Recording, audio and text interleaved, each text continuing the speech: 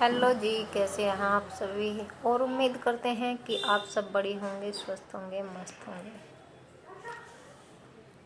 तो जी मैं जैसे कि मैं है ना, मेरा एक ही बात मैं हमेशा लेकर आती हूँ, क्योंकि देखिए टॉपिक एक ही है मेरा और एक ही टॉपिक पे मैं बात करती हूँ। और मेरा मेन मकसद है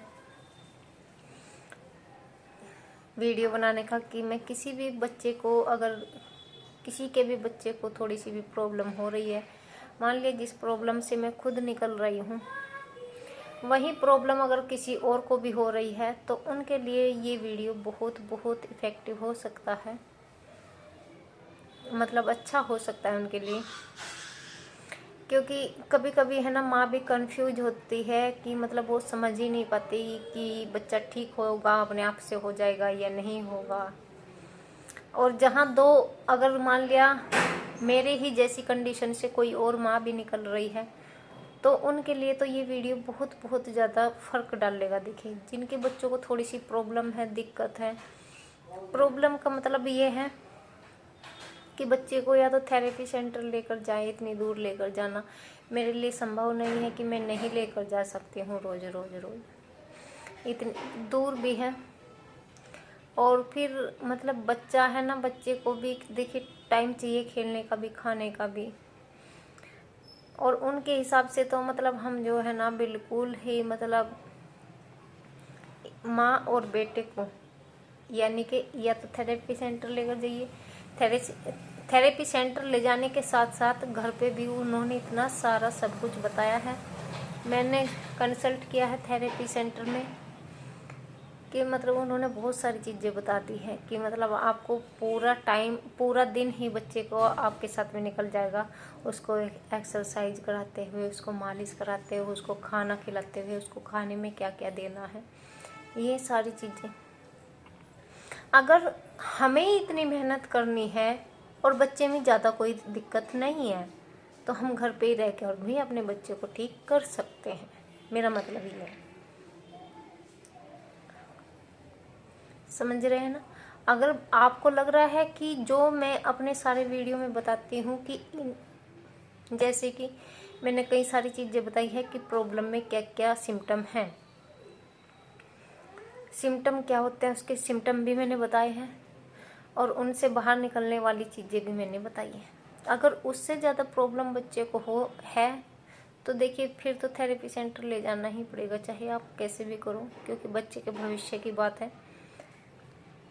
मैं ये नहीं कह रही हूँ, मुझे लगता है कि दैविक को मैं संभाल लूँगी तो मैं लग रही हूँ, और ले जाना मेरे लिए पॉसिबल भी नहीं है इतनी दूर कि हम ले जा पाए बच्चे को इतनी दूर, या तो मकान ही शिफ्ट करना पड़ता है। फिर अगर मकान शिफ्ट करना पड़ जाए कि मतलब चलो रोज़ रोज़ ले जाना है, तो पास में कोई किराए से मकान देख ले, तब भी हो सकता है।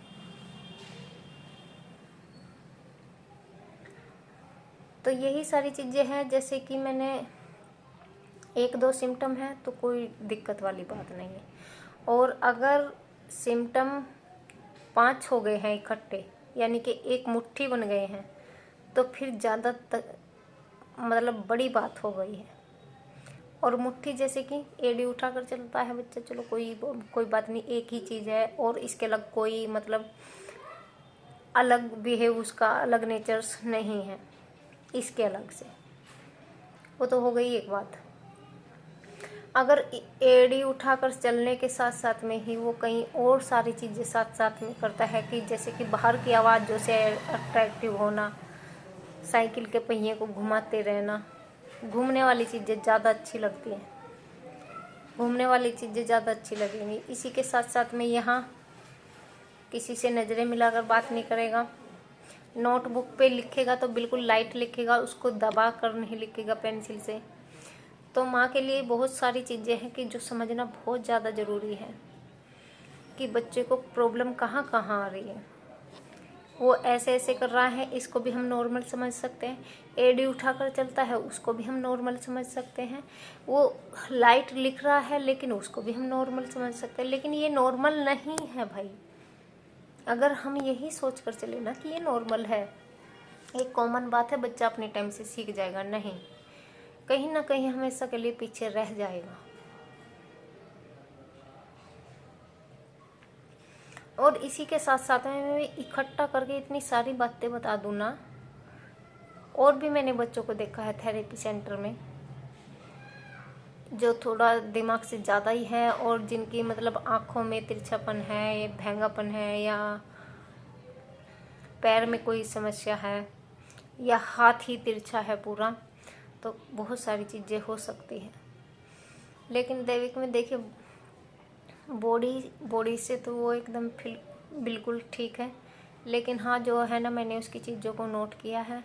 और ये सारी चीज़ें करने के साथ साथ में हमें थेरेपी में क्या क्या कराना है, बच्चे को क्या क्या हम थेरेपी में कराएंगे। थेरेपी में सबसे पहले है मोबाइल और टीवी, मेरा मतलब है स्क्रीन को बिल्कुल ही बंद करना पड़ेगा, बिल्कुल ही बंद करना पड़ेगा। और इन सारी चीज़ों से जो मैंने सिम्टम बताए हैं, ये सारी चीज़ें हैं कि बच्चा दिमाग में यहाँ से बस थोड़ा सा ढीला है, यानी कि चीज़ को, किसी भी चीज़ पे फोकस नहीं जमा पा रहा है, ध्यान नहीं जमा पा रहा है। अगर वो ध्यान उसका समझ आ जाए तो बस ये समझ लीजिए कि बच्चा धीरे धीरे धीरे धीरे अपने ट्रैक पर चढ़ जाएगा, अगर उसने ध्यान लगाना शुरू कर दिया। अगर मैं उसको कोई बुक दूँ या लिखने के लिए दूँ और वो मन से उसको लिखे और मन से ही उसको पढ़े, तो समझ लो कि बच्चा आपका ठीक हो रहा है, जब मन लगा कर करेगा उस काम को। नहीं तो उसका मन है ना कहीं भी नहीं लगता बच्चे का, ऐसे बच्चे का मन कहीं नहीं लगता है, ना पढ़ने में लगेगा, ना खेलने में लगेगा, ना ही लिखने में लगेगा। ऊट पटांग हरकतें आल करने में, मतलब जिसे कहते हैं ना अलिहारा बालक, वो सारी चीज़ें करने में वो सबसे अव्वल रहेगा, ये भी बात पक्की है। लेकिन ऐसे बच्चों के साथ में मैंने देखिए, ऐसा नहीं है कि मैंने डांट कर नहीं देखा है या मैं इतनी अच्छी हूँ, एकदम बिल्कुल परफेक्ट ही बता रही हूँ खुद को। मैंने डांट कर भी देखा है कि डांटने के बाद में दैविक का बिहेव कैसा हो गया है और बिना डांटे कैसा हो गया है। मैं अपने आप को भी नोट कर रही हूँ, अपने आप को भी देख कर चलती हूँ, बच्चे को भी एक एक चीज़ नोट करके चलती हूँ। वही चीज़ें यहाँ पे मैं शेयर कर देती हूँ अपनी। किसी को मेरी बातें लगता है कि बस ऐसे ही मैं वीडियो बनाती हूँ, ऐसे नहीं। और मैंने जो है ना एक्सरसाइज वाले जो मैं इसको डेली कराती हूँ, अब डेली मैं वही कराकर यहाँ पर वीडियो अपलोड करूँगी, तो वो चीज़ें भी आपको लगेगा कि रोज़ डेली वही चीज़ें डालती है। तो इस वजह से मैं अब है ना चीज़ों को समझाना भी बहुत ज़रूरी है। और जो मैंने मतलब मैं एक्सरसाइज कराती हूँ, जो भी चीज़ें कराती हूँ, वो मैंने अपने पिछले सारे वीडियो में डाल ली है मैंने इनकी एक्सरसाइज की कि मैं क्या क्या कराती हूँ और उसमें किन किन चीज़ों की ज़रूरत होती है और क्या हम बच्चे को खाने को दे सकते हैं। सिम्टम तो देखिए मैंने पहले ही बता दिए हैं, आज भी बताए हैं, और अब से पहले सारे वीडियो में मेरे सिम्टम वाले वीडियो में हैं कि बच्चे को अगर ऐसी ऐसी दिक्कत है तो उसको बाहर निकालने के लिए हम कौन कौन सी चीज़ का इस्तेमाल करेंगे, क्या क्या उसको खाने में देंगे, कितना हमको टाइम देना पड़ेगा बच्चे को। टाइम तो देखिए पूरा ही देना पड़ेगा, चाहे वो थोड़ा सा पढ़ाई पे भी देना पड़ेगा, उसको फोकस कराना पड़ेगा।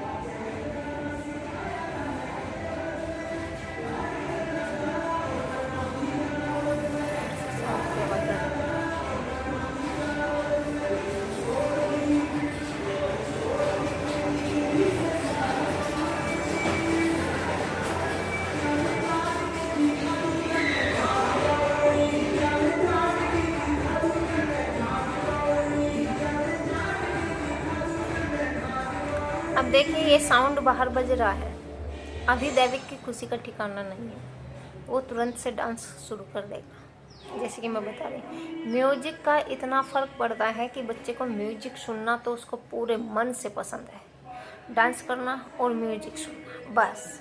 इसके अलावा वो कोई भी काम है ना अपना मन से नहीं करता। लेकिन डांस और म्यूजिक के सारी थोड़ी ना ज़िंदगी चल जाती है। ज़िंदगी चलाने के लिए, बच्चे को ट्रैक पर चढ़ाने के लिए, क्योंकि उसका पूरी ज़िंदगी, पूरा फ्यूचर उसके सामने पड़ा है। तो अगर आज मेहनत नहीं की गई उसके साथ में, तो आगे चलकर उस बच्चे को क्या क्या फेस करना पड़ेगा, कोई इसको बेवकूफ़ बोलेगा, कोई इसको पागल बोलेगा, कोई इसको कुछ बोलेगा, कोई कुछ बोलेगा। मतलब बहुत सारी चीज़ें हैं और लोग उसका मजाक उड़ाए, तो ये सारी चीज़ें नहीं होनी चाहिए बच्चे के साथ में। और बच्चा ऐसी चीज़ें बाहर सुनेगा, लोगों को साथ में मार पिटाई भी करेगा, हिंसक बनेगा। वो बिल्कुल भी घर पिट कर आने वालों में से नहीं है, क्योंकि उसका व्यवहार ऐसा है और सभी बच्चों का ऐसा ही होता है। मैं सिर्फ अपने बच्चे की बात नहीं कर रही। जो ऐसे बच्चे होते हैं बाहर मार पिटाई झगड़ा ज़्यादा ही करते हैं कि उनके दिमाग में जो एक बार बात आ गई तो आ गई, फिर वो उसको पीछे नहीं हटेंगे, बिल्कुल नहीं। और वो काम अच्छा भी हो सकता है और वो काम बुरा भी हो सकता है।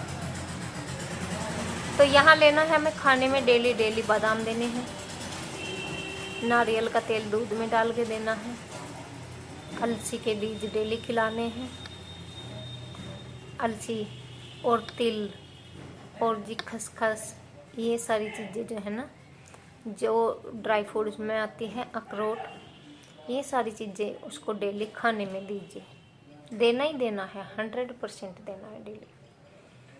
एक्सरसाइज के लिए ब्रश आता है जो स्किन को फील करता है, स्किन को फील करने वाला ब्रश है, उसकी रोज़ हथेलियों पे और पैरों पे चलाना पड़ता है, थोड़ा सा यहाँ दिमाग पे रफ करना पड़ता है, यहाँ पे तेल लगाकर एक थोड़ी सी मसाज भी करनी पड़ती है।